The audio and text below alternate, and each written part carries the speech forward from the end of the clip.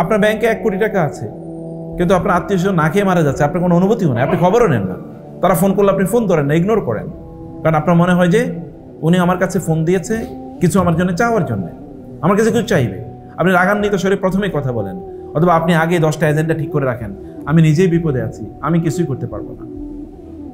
এই আত্মকেন্দ্রিক জীবন আমাদেরকে কোনোদিন সুখ দিতে পারে না। এই যে আমরা সকাল থেকে দৌড়াই রাত পর্যন্ত, বাসায়ও সুখ নাই, যেখানে যাই সেখানে সুখ নাই, রাস্তায় তো সুখ নাই, তাহলে কিসের পেছনে দৌড়াচ্ছেন, কি কারণে দৌড়াচ্ছেন? পৃথিবীতে এখন ভালো মন্দ, সফল ব্যর্থ এর মানদণ্ড ভিন্ন হয়ে গেছে। কোন এক সময় সফল বলতে তাকে বলা হতো যিনি ভালো মানুষ ছিলেন, মানুষের জন্য কাজ করতেন। এখন সফলতার সংজ্ঞা ভিন্ন। সফল মানে হচ্ছে যে আত্মকেন্দ্রিক, যে কেবল নিজকে নিয়ে ব্যস্ত আছে, যে কেবলমাত্র কিছু তথাকথিত সম্পদের মালিক, মানুষের প্রতি তার কোনো দায়িত্ব নাই, এমনকি তার নিজের আত্মীয় স্বজনের প্রতি তার কোনো দায়িত্ব নেই। সে কেবল নিজের জন্য বাঁচে, তার অন্যের প্রতি না আছে কোনো অনুভূতি, অথবা অন্যের প্রতি না আছে কোনো অবদান। এটা একটা ভয়াবহ একটা ডিজিজ। এই সভ্যতাকে ধ্বংস করে দেওয়ার জন্য এতটুকু যথেষ্ট। দেখেন না জাতীয়তাবাদ মানুষকে কিভাবে কুরে কুরে খাচ্ছে। এই দেশ ওই দেশের উপর আক্রমণ করবে, এই দেশ ওই দেশের সম্পদ লুণ্ঠন করে নিয়ে যাবে। এটা এখন মানুষের চরিত্র হয়ে পড়েছে এবং এটা অধিকার মনে করা হয়। জাহেলি যুগে এটি কেমন ছিল? জাহেলি যুগের লোকেরা ধরেন এই গোত্র এবং ওই গোত্রের সাথে বন্ধুত্ব ছিল, আর যাদের সাথে বন্ধুত্ব নাই ওটা তো গোত্র প্রধান। এখন যেমন বিভিন্ন আঞ্চলিক একটা রেখার উপর ভিত্তি করে আমাদের একটা বিভাজন আছে, যেমন এই অঞ্চলে আমরা বসবাস করি, ফলে এটা আমাদের স্বার্থ, এবং আমাদের স্বার্থের জন্য আমরা প্রয়োজনে আরেক দেশ দখল করে নিয়ে যেতে পারি, নো প্রবলেম। ঠিক তেমনিভাবে জাহিলি যুগেও রাসূল ইসলামের আগমন এর পূর্ববর্তী প্রায় 500-600 বছর পর্যন্ত অবস্থা ছিল কি, তুমি যেহেতু আমার বন্ধু নতব তোমার সব কিছু দখল করে নেওয়া আমার জন্য জায়েজ।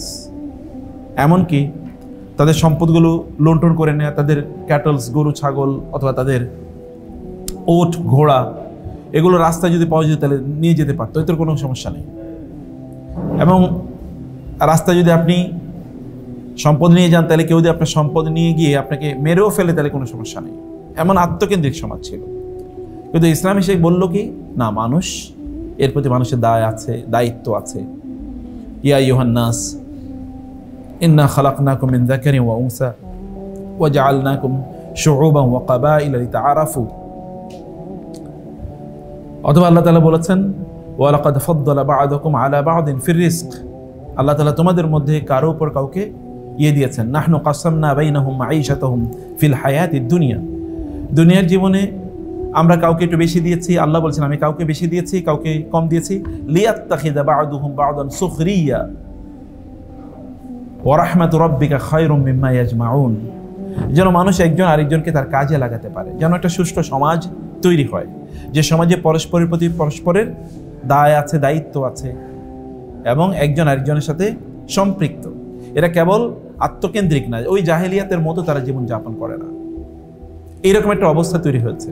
এবং তখন এটা আসার পরে কি হলো, যারা লোকেরা আত্মকেন্দ্রিক ছিল, কেবল নিজে খাই নিজে বাঁচি, অথবা আরেকজনের সম্পদ আমি লুণ্ঠন করে নিয়ে আসতে পারলে এটা আমারই সম্পদ, এই লোকেরা এসে তাদের সম্পদে অন্যদের মধ্যে ভাগ বসিয়ে দিল, যেন আমার সম্পদ কেবল আমারই সম্পদ না, আমার সম্পদে আমার অন্য ভাইদের অধিকারও আছে। আপনি কি কথা বুঝতে পারছেন?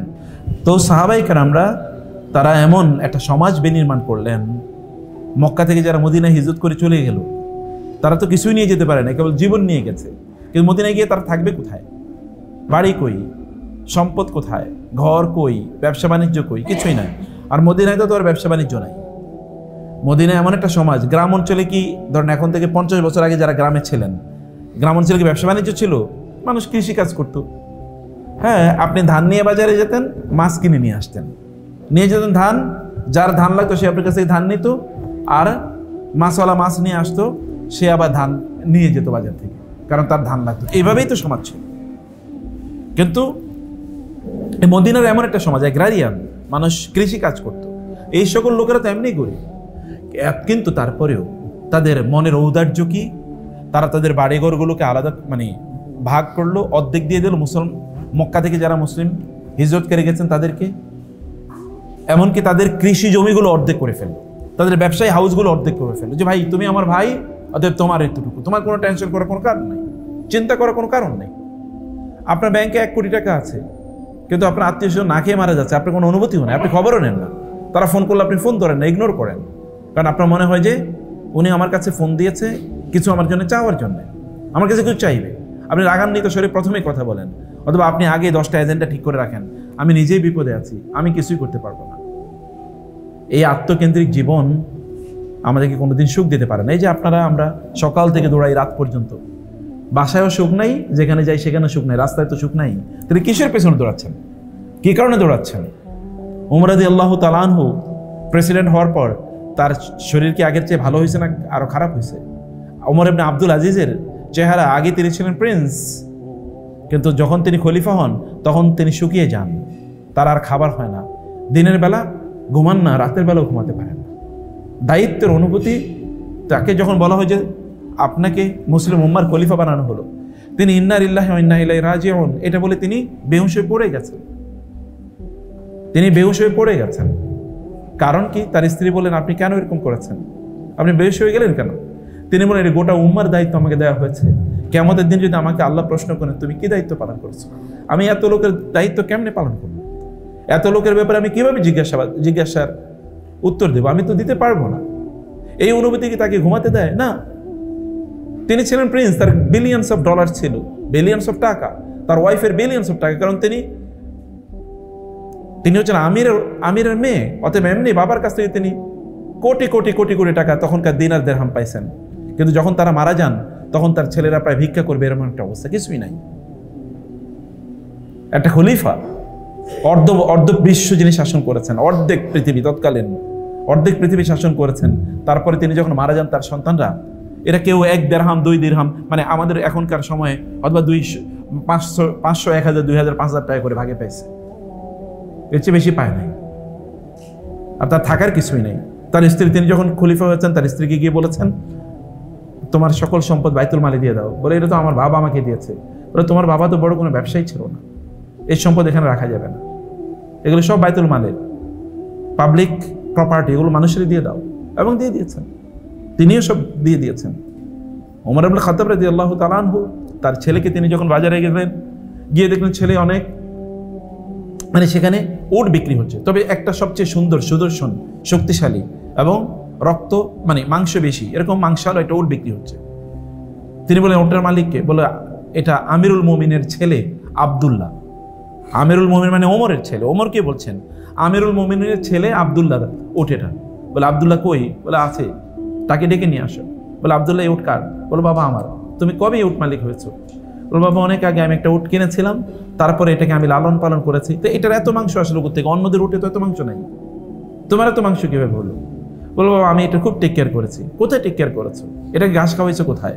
এটা খাবার খাওয়াইছো কোথায়? বলে, ওই যে যেখানে অন্যরা তাদের উটগুলো নিয়ে যে সেখানে নিয়েছে। ও, সেখানে নিয়ে যাওয়ার পর তো লোকেরা বলেছে এ তো আমিরুল মুমিনের ছেলের উট, অতএব তার জন্য আলাদা জায়গা দিয়েছে, তাকে আলাদা স্পেশাল প্রিভিলেজ দিয়েছে। আচ্ছা, এটা আমিরুল মুমিনের ছেলের জন্য এই জায়গাটা থাক, তোমরা কেউ আর ওখানে তোমাদের উট নিয়ে যেও না।